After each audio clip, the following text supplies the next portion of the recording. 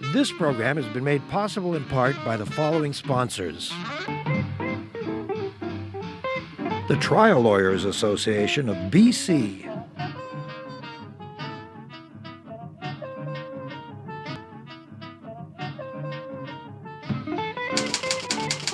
The Vancouver Courier newspaper.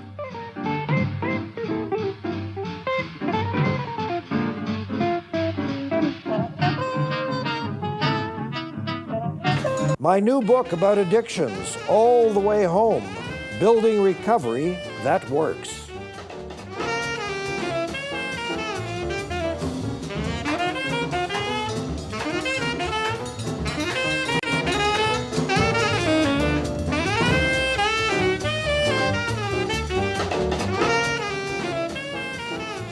Easter, Passover, Ramadan, and all the other religions of the world are in full bloom with the usual spring rituals. But what do people do? How do people celebrate, if at all, if they don't belong to those more familiar organizations? Better yet, what do they call themselves? Are they atheists, agnostics, or just people who haven't got around to thinking about spirituality? Well, I think some people have thought an awful lot about their spirituality, and they have chosen to call themselves humanists. The president of the BC Humanists Association for British Columbia is Dr. Sue Hughson, and here you are. Hi. Hi, David. So, as we would say in Italian, allora, che cosa? What is this thing? What is this thing? What is this thing? Well, as you were doing the introduction, I couldn't help but think that all of those occasions that you were mentioning are prefaced by events in the natural world. That's why I call them spring rituals. Exactly. So if you're looking at the first full moon of the spring Yes. season, Yeah. certainly admiring that and being grateful for it coming Yes. predates all of the organized religions. And with secularism, when you identify as a humanist, this is the key. It does have a philosophical underpinning, where atheism does not.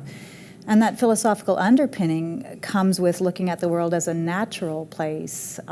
Atheism doesn't have a philosophical underpinning? No, atheism Just says, by I don't believe in God. definition says I've looked at the evidence and I don't find it compelling. I see. But that's not necessarily a call to social action, where humanism is, and where atheists, skeptics, and humanists would mostly find similar ground would be looking at early Greek thinking, particularly Democritus, the atomists, and then his influence on Epicurus, and then that went to Rome with Lucretius and spread throughout the entire world.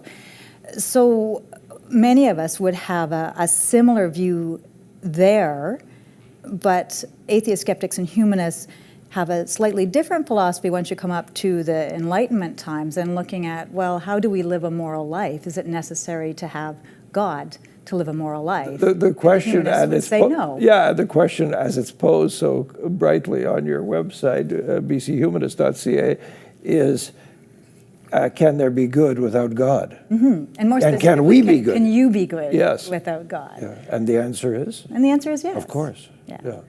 So there was a recent Angus Reid poll that just came out March 26th. Yes. And while there's about 30% of Canadians who say that they embrace religion, there's 26% who say they reject it, and then there's 44% who say, not really sure, but if you actually gave them a humanist quiz, guess what? No, there's 44%. Most of them would be humanists. There's 44% who say, hey, aren't the Canucks on? Exactly. The church of sport. Yeah. So the idea of humanism, the philosophy of it, is to be motivated and informed by science, by scientific method. Humanists would agree that the scientific method is the best thing that we've got at this point, and it's been a really good building system too. It's the best thing in terms of what? What do you mean? Of understanding the world around us, for rationality, for rational thought. Now, that's not saying that you're discounting art and creativity, not at all, because how do we define our experiences? You can do that through all your creative arts. And what motivates us, what should motivate us, is compassion. Those are scientific intangibles to describe, but they're an indelible part of our human nature. How So do we you- look at those three things in combination and say, this is how we choose to live. How do humanists deal with the word spirituality? Because so many people, for example, people who are involved in 12-step recovery work, the word God is in, and the phrase higher power are in so many of the steps and traditions and so on. But many people find that unacceptable. They don't want to think about that while they're trying to recover from a lifelong deadly habit. So people say, well, just try to start thinking about your own spirituality. What does that mean to a humanist? Yeah. Well, spiritual is a tricky word. It's a bit of a loaded word, I Yes. would say. And if I'm in a situation with someone one-on-one, my first question is always, when you say spiritual, what does that mean to you? And then I can answer your question. If someone says spiritual to me means a belief in God, then we can have a discussion about, is there evidence for the existence of God? And if we're people who are rational and kind to each other, we can have a very good conversation, which we might come to a disagreement on. For some people who say there has to be something else, there has to be a transcendental, for a humanist, we could say, well, there is a sense of overwhelming beauty out there, but does that mean you have to assign it a God figure? Or can you say, look at all this randomness, chaos, and yet order? Isn't it magnificent? Do you really have to define it in a supernatural sense? We say no. And so you don't feel the need to give that a name or a structure? No. How people are motivated as individuals in their lives and in their interdependence and work for others might give them a sense of something that science doesn't necessarily describe easily. But again, I would say that's part of the human experience and how you live it, rather than something requiring a definition. A couple of questions about science. I mean, there's no question that science is, the science base, knowledge base, is increasing exponentially as we speak because of the computer chip. I mean, there's never been such a curve in the history of humankind of knowledge, just by the gazillions coming at us with new information constantly. And yet, given all of that, we still have a grain of sand in terms of all of the possibles. We still don't have the faintest clue why there are 20 billion galaxies. And isn't it marvelous? Yes, it is marvelous. And what the heck's out there? And what is my body doing? I mean, the fact that our bodies aren't just oozing all over the table is some kind of bizarre, well, I would say, miracle. Bonding. Yeah, but so what do you do? What do you do with, when I reach the end of that sentence, say, well, it's a kind of miracle, or it's something. It's not a miracle. It's inexplicable at the moment. Well, I would say that many of these things aren't inexplicable. And again, if you apply scientific method, you could look and say, many of the things that we've been building information on information. Yes. And the other thing that's beautiful about just the whole scientific approach is that if you get to a certain base of knowledge and something holds not to be true, yes, you're not only given permission to say what we previously thought was wrong, you're required to say what we previously thought was wrong. Yeah, well, that sort of leads to where I was going with the second question about science. Science, of course, is not infallible, and science doesn't operate in a vacuum. It operates in the real world, and that's the world of money and power. And so, for example, we have a headline story in today's paper about seniors being given like 96 times the pharmaceuticals they require, seniors in care homes, being given tons of pharmaceuticals. We have this enormous pharmaceutical industry all over the world, mostly in Western democracies. Third world countries use less pharmaceuticals and apparently have less. They have less opportunity to do so. Well, also they have less ADHD, they have less bipolar. Why is that? Anyway, that's my personal bent about pharmaceutical companies. But not all science is to be bought wholesale by a thinking person. Right, but to have an understanding of the scientific world, to understand how evolution is what brought us here, to have an appreciation for these structures and how they work, I think is key to an educated person. Also, some of what you were saying there was a little bit of a conflation of science with technology. And remember, it's people who apply science and apply it in a technological way. People are very fallible. And so then you look at, as a humanist, as any thinking citizen of this country, you look at how is that technology being applied. For people, and seniors in particular, you look at what sorts of situations are they living in? How do we support our seniors? What are the numbers of people that are growing older and needing pharmaceuticals? So the question about inappropriate use of pharmaceuticals is a really good one, but it actually leads to other community questions, Absolutely. which humanists are actually looking at in the same way that people of religion would be looking at. Here's another example. Humanists, as I understand, swimming in your blog in your website last few days, humanists believe very passionately in democratic process and in freedom. In fact, I'm going to ask you after the break about the many freedoms that humanism is a supporter of. Yes. But here we have a member of parliament who's in a big flap these days because he's insisting, and I agree with him, he has the right to say that he believes in creationism. And a lot of people are telling him to shut up. He absolutely has the right to say it, and I think as many voters as possible should hear what he's saying. Yeah. And it doesn't matter whether humanists or scientists or anybody else agrees with him or disagrees with him. He does have the right to say, this is what I think. He can believe in any false information that he wishes to believe in. It could be false, or he could be right. Who knows? But He's not right. He's not right about the lack of evolution, and he's not right if he believes that the world was created is 4,000 years old or whatever. Yeah, there's a very wonderful trick that some religious leaders play, and I quite like it. I love it, actually. I think it's brilliant. In which some religious leaders will say to you, look, when we say, when the book said God made the world in 6 days, that's God days. That's not man days. Sure. And 6 days, according to the Supreme Being, could be several million years, and that could include evolution. That's a little sneaky, don't you find? No, I don't. I think it's very, very brilliant and funny and fun to contemplate. Well, funny. I would agree with funny. Yeah.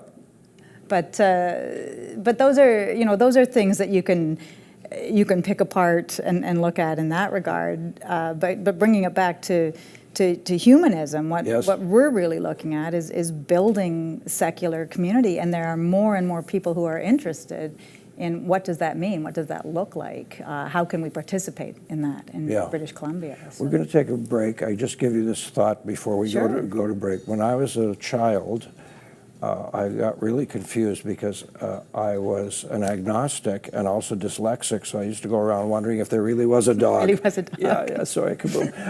As a veterinarian, I can appreciate As a vet, it's a vet joke. Okay, and a vet humanist joke. Exactly. Okay, we'll take a little break and consider the nature of the world and be back in a minute. Your opportunity to send us a note to davidberner.com. Always happy to hear from you. And also the opportunity for those lovely people who support us to say hello here on Shaw Community Television Cable 4, back in a sec. Oh, but it could be a God sec, which could be like eons. This program has been made possible in part by the following sponsors. The Trial Lawyers Association of BC.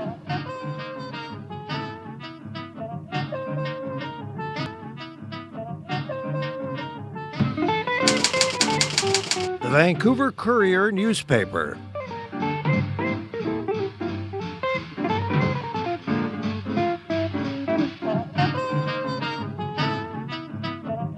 My new book about addictions, All the Way Home, Building Recovery That Works.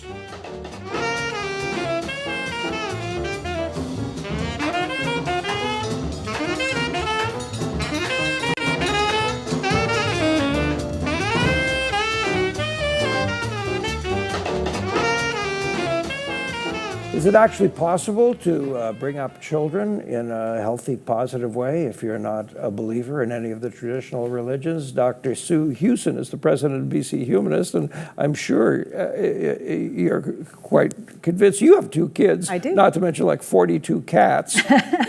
Just 2 currently. Oh, okay. But you're a vet by trade. Yes. And in your working life, you've been an outspoken advocate for a number of causes. Yes, You I worked have. for for Amnesty for many years, Yes. for Amnesty International. How did you find yourself getting to be the president of BC Humanists? The way that all people Yes. who are volunteers but like to put their feet on the ground do. Yes. You just start by showing up. Yeah. It certainly isn't the first of my social activism. You're quite right. Amnesty was one of my first forays. I also was involved in radio as a student, as a newsreader, and that got me to be a bit of a newsophile. Yeah. I was also very involved in women's reproductive rights when I lived in St. John's, Newfoundland. Oh, you worked for Morgenthaler. I did. Yeah. Yes. Right. And then I've also been involved through the Humanists and also as an individual with supporting Dying with Dignity. That's been a big part of my work for the last 2 years as well. And as an organization, we fashioned a position statement supporting what they were doing leading up to the Carter versus Canada case. And not that we were a huge voice in it. I don't want to make it sound as though we were, but that was such a democratic process. Yes, and it really was the cohesion of many Canadian citizens saying, this is a choice we ought to have, that helped bring that into the forefront of the Canadian conscience. So Humanists as an organization, BC Humanists, Yes. for example, are involved in a number of social policy issues. Yes, we are. Like, and you mentioned already, you Yes. personally were involved in Amnesty. And the organization. Women's reproductive issues, Dying with Dignity. What other things are you working on right now? We're currently working with an international coalition looking at abolishing blasphemy laws. Many Canadians don't know that. Well, we actually have a blasphemy law in Canada. What is a blasphemy law? It says that if you state certain things, it's considered blasphemous, and you can actually be charged under the law. Like what? Well, it was invoked once in Saskatchewan and once in Quebec, but other than that, it hasn't been invoked since the you say, 1800s. No, directly making. Oh, impugn. Exactly. Impugn Jesus or God or somebody. Yes. Absolutely. Yes. If you say something dreadful about the head of a faith. Yes, and I mean, and the blasphemy law itself, I can't get into a whole lot of detail because it's actually not my area of expertise, but we're involved in a coalition looking at abolishing blasphemy laws because that helps promote free speech. I mean, does that mean everyone should go around and swearing, say inappropriate things at Yeah, inappropriate times? No.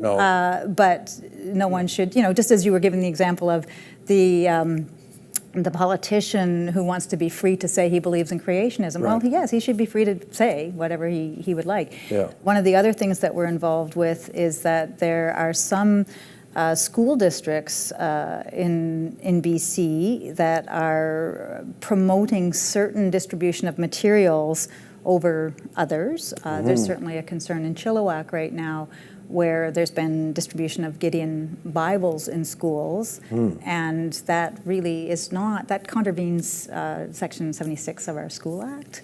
You're also, if I'm not mistaken, you're also speaking up on one side or the other of the Trinity Western School we did in the past, and Yes. that's rather quiet at the moment, Yes. but we would certainly speak up again about that. When it comes to civil rights issues too, we do follow very closely what the BC Civil Liberties Association is doing. And so what are you saying about Trinity Western? You're saying that a university who discriminates against homosexuals should not be allowed to have a law school.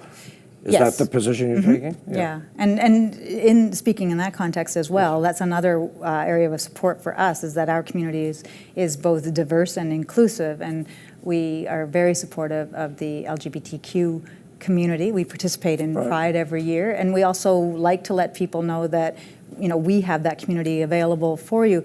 There's also a gentleman in Vancouver who has started a very large site online called the Atheist Republic, which is called the Atheist Republic. Yes. And it's for ex-Muslims, and a lot of ex-Muslims don't know where they can go, who they can turn to, and it's a very nice stepping stone for them if they're trying to find their way out of their religion. And we're looking at, well, how can we support people in that situation if they're looking for a post-religious life as well? Because as you know, when people, it doesn't matter what religion that you leave, but when you leave a religion, if you're leaving a tight community in any religion, you have the chance of losing everything. And how do the non-religious support these good people who are suffering a crisis of faith and perhaps a crisis of everything else in their life at the same time. How does BC humanism, for example, avoid becoming a religion? I mean, one of the things that happens to religions is pretty soon there are a lot of beautiful buildings built, and there's a lot of money involved, and there are a lot of idols and Renaissance painting and so on. I mean, there's a lot of everything. Which are beautiful. There's a lot of and everything. And political, many of them as well. Absolutely, absolutely. The Sistine Chapel comes to mind. One of the ways that you do that is keeping your society democratic. Keeping as diverse a population as you can. One of the other things that I should have mentioned that I didn't is that also we wish to have as many women as active on our board and in our group as possible. We certainly are not a gender unbalanced group in any way. So coming back more to your question, though, about edifices and artifacts, I actually think that those things are beautiful things. The way you prevent those from becoming icons of power is having a democratically run organization that changes its leadership frequently. You have to have strong leadership in order to get things done, but that leadership shouldn't persist. Also, the other thing that's unique for humanism is that instead of being dogma-driven, we're very project-driven. There are still a lot of people within our group who we would not all find common ground on everything. But when we lay out a position of activism for human rights, civil rights, that is important to the large majority of the membership, then acting on that and bringing people together through a project, through an action, is a way that you actually grow as a community. And then you can still have differences of opinion and share bread at the same table. Let's go back to children, because that's where I started at the beginning of this half of the conversation, but we didn't really get into it. So how do you raise children who are curious and they're going to say, where do I come from? And so there's a sex class, but aside from that, where else do I come from? And what's all this doing here? And where did we all come from? And so how do you begin to teach a set of values when you don't have those ready answers? Well, actually, I would say we do have some ready answers. You have other ready answers. Sure. Okay. And there are humanist congregations that are large enough that they have places where children can go if people are meeting regularly on a weekly basis. And you'd be looking at science and arts as being your underpinnings of how you would teach. For me personally, I'll just come back to my own situation with my own children, because it's where I can speak the most effectively, is my children come from a background that is Jewish, Protestant, also there's some Catholicism in there, and just a smattering of naughty pagan Celtic. We used to celebrate the solstices and the equinoxes. But so we have all of those cultural areas which my children love. Those are the meals, those are the family gatherings. Those things are terrific. We just don't have it with God. And I would never ask anyone to throw away the beautiful history and culture of their religion. But you can do a little bit of a la carte and still be a humanist. I'm thinking, as you say this, I'm picturing three of my favorite rabbis and saying, how can you sit down to a Passover dinner and not have God? You know, what are you, crazy? You're missing the point. Now look. Yes, but one of those rabbis might say, okay, it's all right. That's absolutely true. That's absolutely true. I mean, and Judaism is a perfect example of a beautiful culture and religion that has had a huge secular contingent for a very long time. And a religion in which everything is allowed to be questioned. Yes. Including the guy upstairs. Absolutely. Now, I mean, it's an unbelievable religion. It's fascinating. It is. So And I don't think that, the other thing too, I think this is important, so I'm going to bring this back, is that with my own children, they know that I identify as an atheist, but I want them to be exposed to to a variety of things and choose themselves. And I actually think that every child should be allowed to do that. I don't think you're born a Catholic. One of your kids, I guarantee you, is going to end up being a priest. For a little while. For a while. We only have 2 minutes left. Here's one of the things I've thought for many years about humanism. and humanists. Yes. I think it's an incredibly brave and challenging way to live, because what you're saying is, I have to sort of find and make up my guidelines for life every day, and start collecting a base. I'm not just handed the book, whatever the book may be, okay, with all of the ready answers. So I think, I'm not saying I subscribe to humanism, but I think it's a brave way to live and an interesting way to live. Yeah, but again, not every religion is literalist. Yes. Either. And so there are progressive modern aspects of some religions that do question the foundations of their books and are looking at a moralistic life that is inventing each day as it comes. Yes.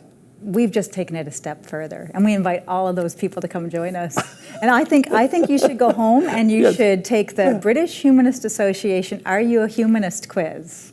Okay. Yeah, look 'em up. Okay, we're out of here. Do we have a spring celebration for humanists? Well, we don't have one in particular, Is but there I would invite people to either visit our website and or come and visit us for a regular Sunday meeting at the Oak Ridge Senior Center. Which is the holy vegetable, the avocado or the artichoke? Well, all vegetables are beautiful in our eyes. It has to be something that starts with Aleph, with the first letter. Dr. Sue, thanks so much. You're welcome, David. Great to have you here. It's a pleasure, thank you. Wonderful. Okay, Dr. Sue Hughson of bchumanists.ca. Check out the website, it's very interesting. Next week, they're using the studio for some reason or other. Imagine asking me to give up the studio for somebody, but I don't know what it is. So we will be running a repeat. Bob Mackin, the wonderful local journalist who more than anyone has covered the Transclunk story for years and years and years, has some wonderful revelations which will help you decide on the correct way to vote on the world-famous plebiscite. Thanks for being with us here on Shaw Community Television, Cable 4. Good night.